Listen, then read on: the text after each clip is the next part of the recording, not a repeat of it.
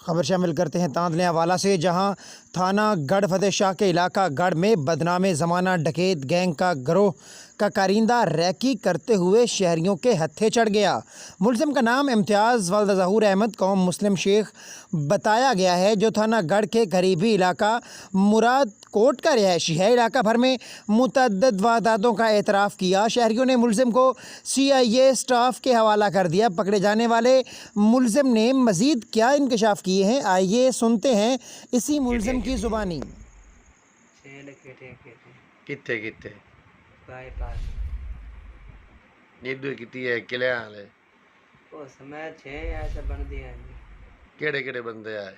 एक असफ पताना, एक शादी मच्छे, एक अकरी रम्मी दा, 2 मुरादू दा पोतरा, एक सलीमी, एक मैं। अच्छा, ते दूसरियां दुकाना ताले किन्ने बट्टे इन्नी? 2 जी।